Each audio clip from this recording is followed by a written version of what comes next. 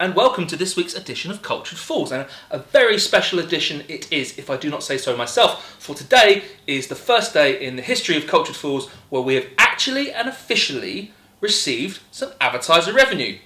For those of you who don't know, running a YouTube channel is pretty time consuming and quite laborious and expensive. So the extra resources that are now going to be coming in from our new sponsor is going to allow me to allocate more time to promote the channel and create better content and ultimately have a better product. So just wanted to say before the show starts, we're going to run a quick commercial for these guys. It's an old record label who we used to work with.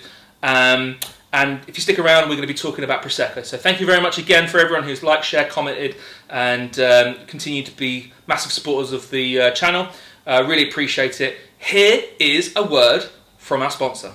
It is with great pleasure that Aurora Records invites you to celebrate the life, times, and greatest hits of Chubby Dick Dooley.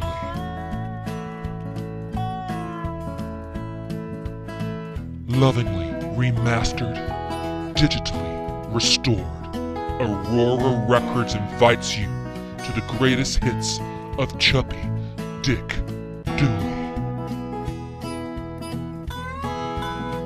Well, the AIDS came today and the doctor said it's here to stay. Oh, Mandy, why you look so angry?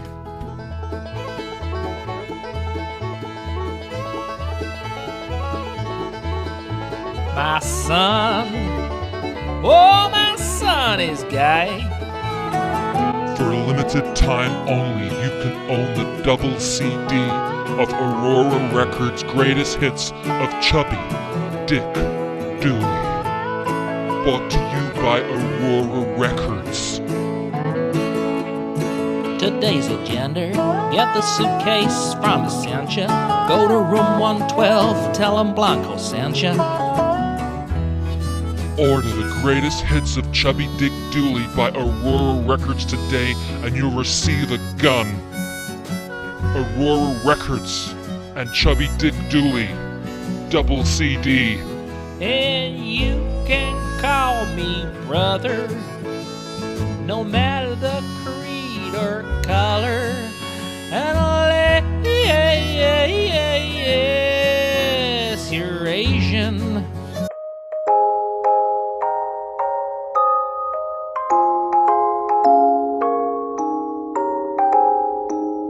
The village of Prosecco is based in the northeast of Italy, and the word Prosecco derives itself from the Slovenian word for path through the woods, Prosecco. Today, Prosecco production extends far beyond the village itself, but that is where it all began. First recorded documentation of wines from that region was in 79 AD from Julia Augustus, who basically was giving it all out about Prosecco. Up until 2009, the grape has always been known as Prosecco, until the European Union succumbed to pressure from local winemakers to change it to Glera. This is essentially because they felt like the branding or the copyright of Prosecco was running amok, much like Parmesan cheese or Brie. They wanted to be able to kind of own that, so the grape now is actually called Glera, but it'll always be called Prosecco. For the wine itself to be recognised as Prosecco, there has to be 85% of the Prosecco/Glera grape within that, and other grapes outside of that can be made up from a whole multitude of ones that you'll never have heard of, but big hitters like Chardonnay and Pinot Noir are also able to be in the mix. Prosecco is made using the Charmat method, which is essentially tank method. What that means is that the secondary ferment it happens in the tank, unlike champagne where the secondary ferment happens in the bottle. What that means is that Prosecco is less yeasty than champagne, and it's more fruit forward, which means it doesn't age. So drink your Prosecco young. Because the secondary fermentation happens within a tank, it's a fuck lot cheaper than champagne. This is why it's hugely popular. In fact, in the recession and the GFC, it went through a massive boom because it was seemed to be a luxurious yet cheaper alternative to champagne. Prosecco comes in 3 levels of bubbles. The bubbliest is spumante, then the middle one is frizzante, and then still Prosecco is known as tranquillo. Very rare though. Prosecco also comes in a variety of sweetness, ranging from extra brut, which is bone dry, all the way through to dolce, which is very, very sweet. So, to quote old Julia Augustus, let's fucking have it. I went to a really shit school and I learned absolutely nothing there and basically spent the whole time fucking around. However, there was one teacher, the name of Mr. Wilson, who was a history teacher. And on the last day, me and my mates went in there and gave him a bottle of whiskey to just say thank you because he was a fucking legend. And he said to me, the one thing that I've just retained from school, he goes, Ben, if you're ever with a woman and you're opening a bottle of champagne, remember to twist the bottle, not the cork.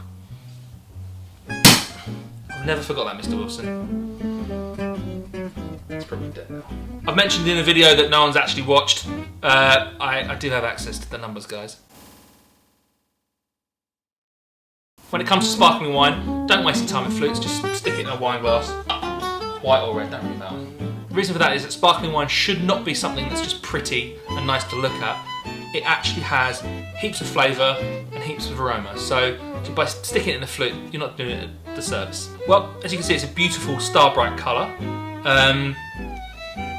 Unlike its French rival Champagne, a little bit more like its Spanish rival Cava, Italian Prosecco is massively light on the nose. You do get green fruits mainly. Let's have a sip.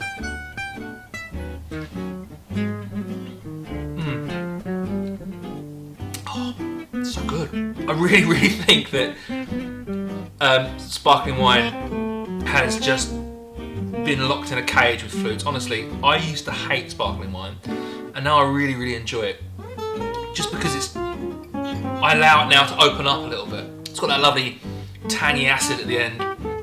Makes your mouth water. If you're ever stuck for a wine choice, or if you're off to a dinner party and you don't know what to take, or even if you're having an Asian meal like Thai food, and you're not really too sure how to pair it, Prosecco.